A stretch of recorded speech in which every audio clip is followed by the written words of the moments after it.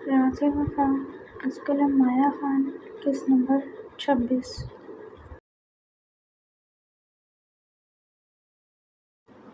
آپ اٹھ گئیں؟ چلیں اچھی بات ہے، جلدی سے ہی ناشتہ کر لیں، پھر بخار کی میڈیسن لیتے آرام کریں۔ ریحان شاہ نے ضحیٰ کے کمرے میں داخل ہوتے کہا، جو ابھی ابھی اٹھ کر بیٹھی تھی۔ ریحان ساری رات اس کے پاس ہی تھا۔ ابھی وہ تھوڑی دیر پہلے ہی فریش ہونے گیا تھا اور اب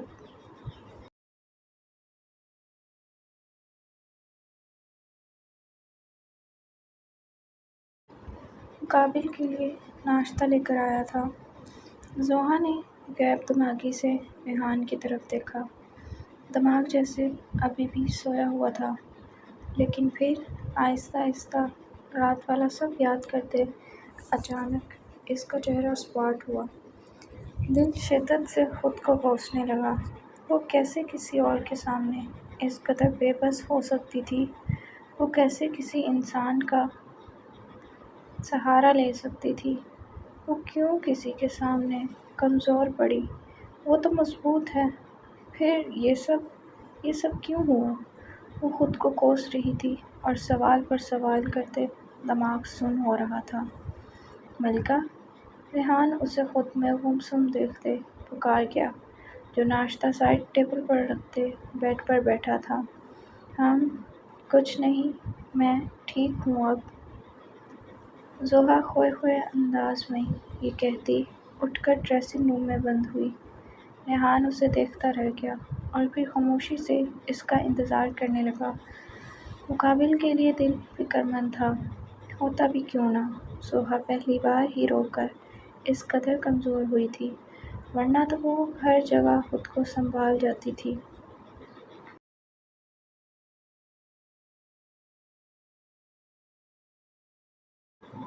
آپ کہاں کے لیے تیار ہوئی ہیں؟ ابھی آپ ریسٹ کریں، آپ کہیں نہیں جا رہی؟ آج تو بالکل بھی نہیں۔ تقریباً آدھے گھنٹے بعد ضحیٰ، جو وائٹ لانگ سمپل فراک پر سیاہ کوٹ پہنے دیکھ ریحان نے حیرت اور فکرمند لہجے میں پوچھا، جو اب بالوں کی اونچی پونی کر رہی تھی۔ چہرہ شفاف دھلا ہوا تھا، سفید دوپٹہ گلے میں تھا۔ وہ اپنے سنجیدہ تاثرات اور بنا میک اپ میں ہی ریحان شاہ کو بار بار اپنی طرف دیکھنے پر مجبور کر رہی تھی۔ مجھے کسی کی ہمدردی کی بالکل ضرورت نہیں ہے۔ آج مجھے ہر حال میں جانا ہے اور جلد سے جلد زہرا گڑیا کو اپنے گھر لانا ہے۔ ضحیٰ مصروف انداز میں اپنا لیپ ٹاپ وغیرہ سب بیگ میں رکھتے بولی، سردی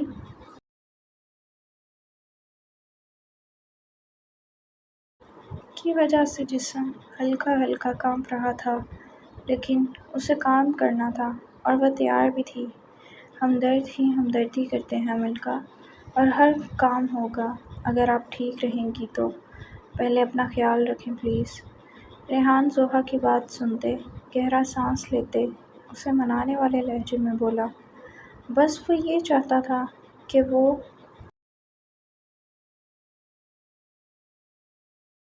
کچھ کھا کر جائے۔ رکے گی تو وہ نہیں، یہ مقابل کا انداز ہی بتا رہا تھا۔ مت بنے میرے ہمدرد اور اپنی فکر کریں، میری کرنے کی کوئی ضرورت نہیں ہے۔ اپنے لیے میں اور میرا اللہ ہی کافی ہے۔ ضحیٰ کا انداز اب روڈ ہوا، وہ ایسے ہی اکثر اس کا دل توڑ دیتی تھی۔ ضحیٰ کہتے رکی،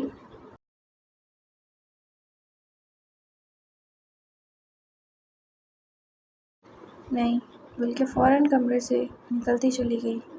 واہ ولید، بیوی بھی کوٹھے پر بلی بڑھی تمہاری، اور اب بیٹی بھی۔ فرزانہ بیگم ناشتہ کرتے ولیشا کو دیکھتے بولیں، جو سر جھکائے کھا کم مگر چمچ زیادہ گھما رہے تھے۔ وہ ویسے روز ولیشا کو نہیں بلاتی تھی، لیکن زہر اچھے سے اگلتی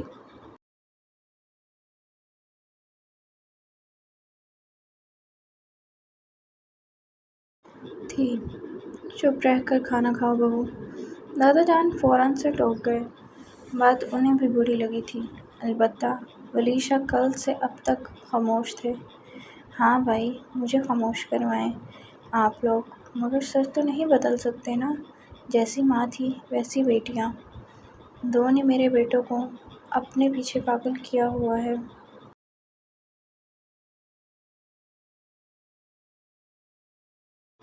اور ایک چھوٹی سب سے تیکھی کس کس کے ساتھ مکالمہ کرتے ساحل کو پھنسا لیا۔ توبہ توبہ! میں تو بس کریں بھابھی، بس پلیز خدا کے لیے چپ ہو جائیں، بخش دیں میری مری ہوئی بیوی اور زندہ بیٹیوں کو۔ غم و غصے میں ولیشا بالآخر بول ہی اٹھے۔ لہجہ التجایا تھا۔ ڈائننگ پر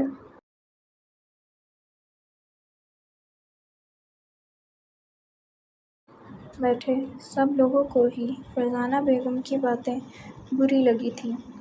اپنی باری آئی تو چپ کر جاؤں میں؟ واہ!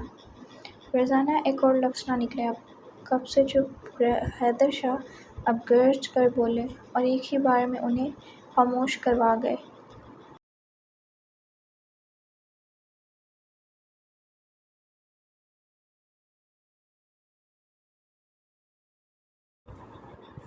بولنے دے بابا ماما کو، میں بھی تو دیکھوں اور کتنا بول سکتی ہیں یہ کسی کے بارے میں۔ ریحان شاہ ضحیٰ کے کمرے سے سیدھا ڈائننگ روم میں آیا تھا کہ کب سے فرزانہ بیگم کی بات سنتے حیران ہوتے اب بولا، ماما آج میں شدت سے دعا کر رہا ہوں، کاش آپ کی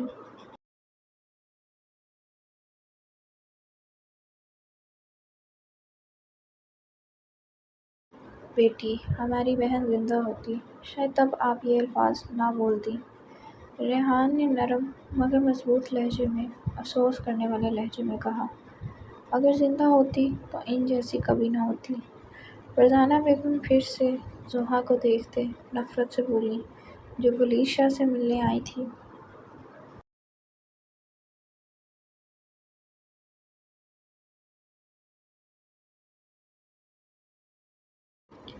آپ ایک عورت ہوتے دوسری عورت کو کیسے اتنا برا بول سکتی ہیں؟ اور ہر روز بہتان!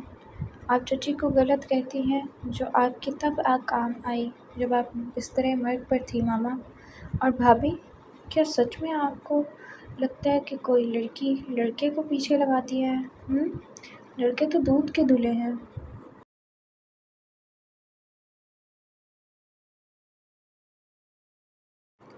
میں خود ایک لڑکا ہوں اور خود گواہی دے رہا ہوں، اگر کوئی مرد خود نہ چاہے تو کبھی کسی کے لیے پاگل نہیں ہو سکتا۔ یہ کیا قانون ہے آپ سب کا؟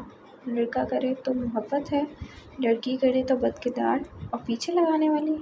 بھابھی نے تو نہیں بولا تھا لالا سے شادی کا، بلکہ لالا نے دادا کو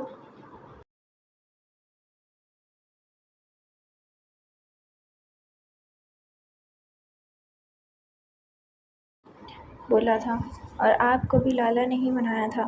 پھر آپ کیوں روز بھابھی کو کوستی ہیں؟ اور رہی بات میری ملکہ کی، تو آج تک وہ مجھے گھاس نہیں ڈالتی، تو میں کیوں ان کے پیچھے پاگل ہوں بتائیں؟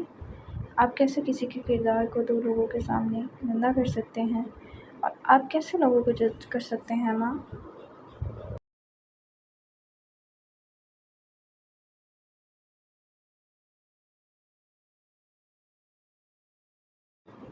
میں پہلے بھی بہت بار بول چکا ہوں اور پھر بول رہا ہوں، یہ میری عورت ہے، مجھے اس کے کردار پر ایک لفظ نہیں برداشت، کیوں بلکہ اب نہ ہی چچی کے خلاف اور نہ بھابھی کے، کیونکہ وہ دوسروں کے کردار کو کمزف لوگ گریدتے ہیں، اور یقیناً اب کمزف تو نہیں ہوں گی نا۔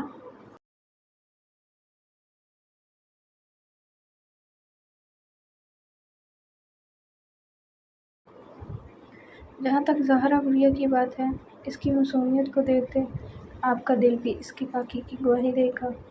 اپنے دل کی سنیں تو، اور بس کرتے یہ سب ماما، اور برداشت کوئی نہیں کر سکتا۔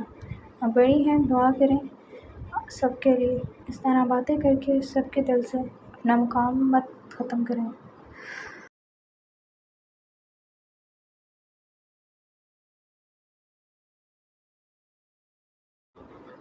ریحان بولنے پر آیا تو ایک بار بھی رکے بغیر بولتا چلا گیا۔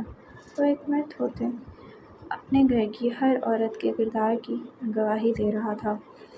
وہ ماں کی عزت کرتے ہوئے انہیں سمجھا رہا تھا، لہجہ کہیں بھی گستاخ نہیں ہوا تھا۔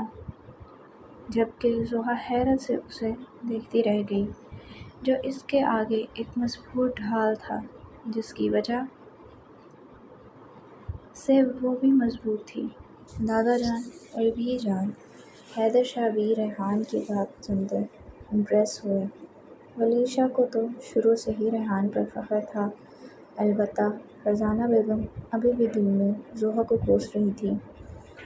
خواہ نیہا شاہ ابھی کمرے میں آتے کچھ بولتی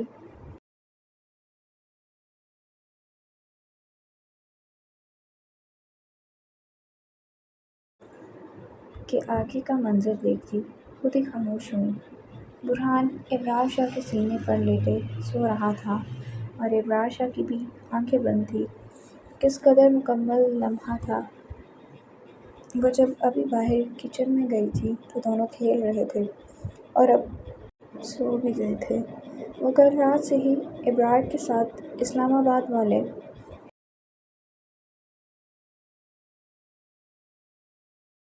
اپارٹمنٹ میں آ گئے تھے۔ کل رات میں تو آتے ہی وہ لوگ سو گئے تھے اور ان دونوں باپ بیٹے کی نیند ابھی بھی نہیں بڑھی تھی۔ نیہا کی تو ساری سوچیں کل سے زہرا کے گرد تھیں۔ اس کی باتیں یاد کرتے دل کھول رہا تھا۔ ولی شاہ کی بھی فکر تھی جن سے وہ سب سے پہلے اٹھتے بات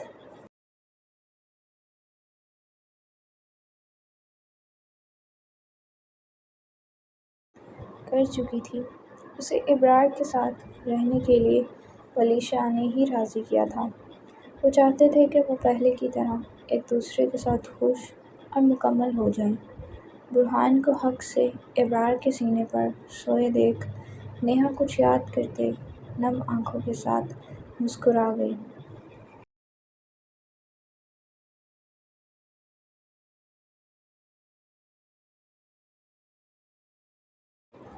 پاسٹ: آپ صبح صبح کہاں جا رہی ہیں نیہو؟ نیہا شاہ جو بہت آہستہ سے ابرار کا حصار توڑتے بیڈ سے اٹھ کر باہر جانے لگی تھی کہ اس کے اٹھنے پر منہ بنا گئی۔ اس شخص کی نیند بہت کچی تھی، وہ محض سوچ ہی سکی۔ ٹائم دیکھیں آپ ابرار، سب کیا سوچ رہے ہوں گے؟ نیہا نے ابرار کو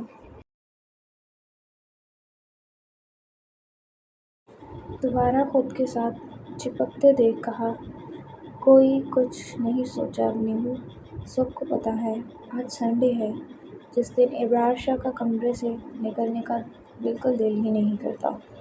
ابرار شاہ نے نیہا کی بیک گردن پر اپنے لب رکھتے غمگین لہجے میں کہا، مقابل مکمل اس کے رنگ میں رنگی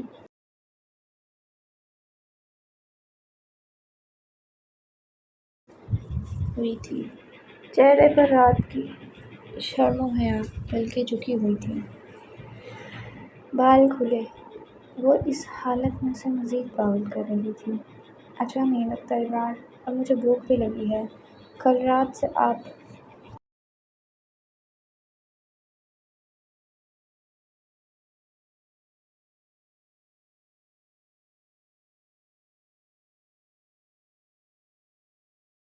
نیہا نے منہ پھلاتے اب ابرار کی طرف دیکھتے کہا، اسے سچ میں بہت بھوک لگی تھی۔ شادی کے بعد سب اچھا لگتا ہے نیہو جان، اور بھوک تو مجھے بھی بہت لگی ہے۔ ابرار شاہ نیہا کے گال پر لب رکھتے بولا اور ساتھ ہی ساتھ دو معنی بات کرتے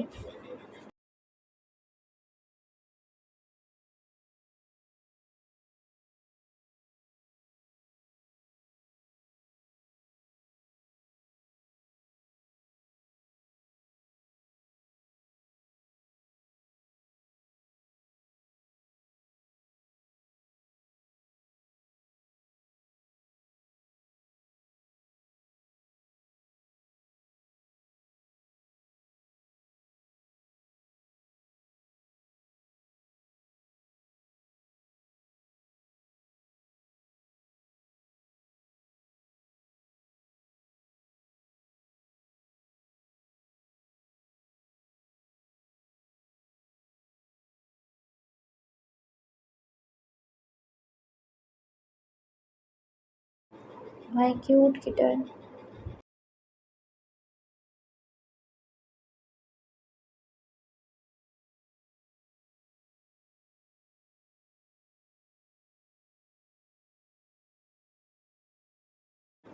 آپ بھی مجھ پر کانسرن نہیں کرتی۔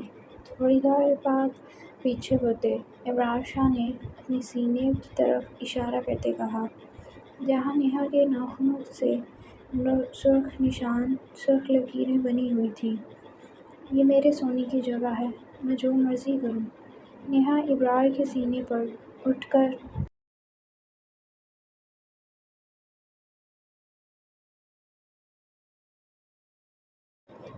سر رکھتے اترا کر کہا، یہ بات سچ تھی، وہ ہر روز ابرار شاہ کے سینے پر ہی سر رکھ کر سونے کی عادی تھی۔ یہ جگہ آپ کی ہے، لیکن جب ہمارا بیبی آ جائے گا تو وہ یہاں سوئے گا، جیسے میں اپنے بابا کے سینے پر سوتا تھا۔ ابرار شاہ نے نیہا کو اپنی شرٹ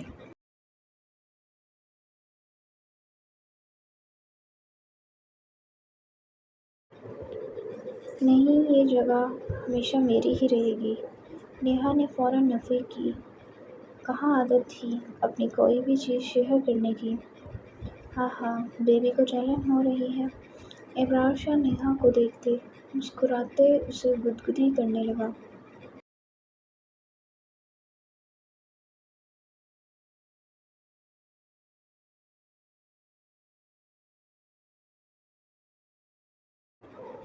ہاں، ابرار نہیں کریں۔ نیہا کی گڑگڑاہٹ پورے کمرے میں گونج رہی تھی۔ شکر ہے گاہک تم آ گئے، مجھے تمہارے ساتھ شاپنگ پر جانا ہے، ایمان شاہ نے گاہک کو آتے دیکھ کہا، جو کیفے سے آج جلدی واپس آ گیا تھا۔ میں گاہک کوئی بہانہ نہیں چلے گا۔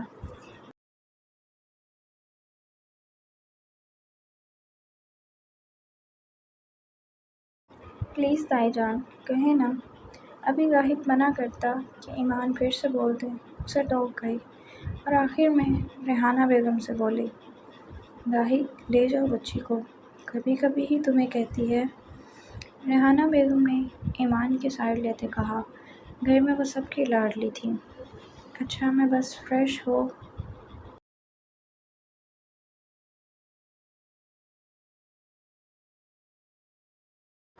جاؤں، گاہک ریحانہ بیگم سے ملتے بس اتنا کہتے اپنے کمرے کی طرف چلا گیا اور ریحانہ بیگم کچن میں پیچھے ایمان مسکراتے کچھ سوچنے لگی۔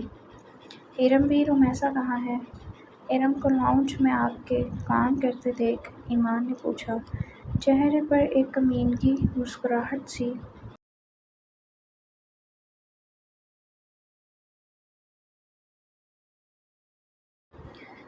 تھی۔ چھوٹی بیوی وہ کوارٹر میں ہے، ارم نے ہاتھ روکتے ادب سے کہا۔ اچھا، آپ اسے کہیں 2 منٹ میں یہاں آئے، وہ میرے ساتھ شاپنگ پر جائے گی آج، ایمان نے حکم دیتے کہا اور اٹھ کر تیار ہونے کے لیے چلی گئی۔ پیچھے ارم کو حیرت ہوئی، کیونکہ آج سے پہلے تو کبھی نہیں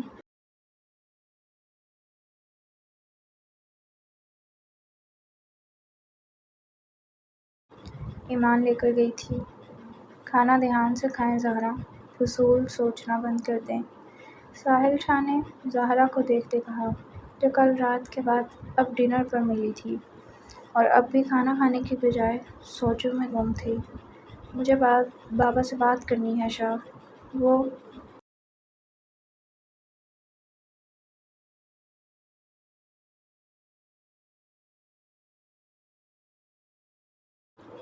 اس دن بھی رو رہے تھے۔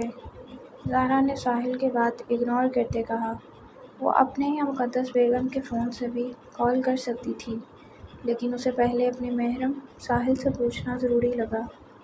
ہم کر لیں اب بات۔ ساحل سنجیدگی سے اتنا کہتے اٹھ کر باہر چلا گیا۔ جاری ہے۔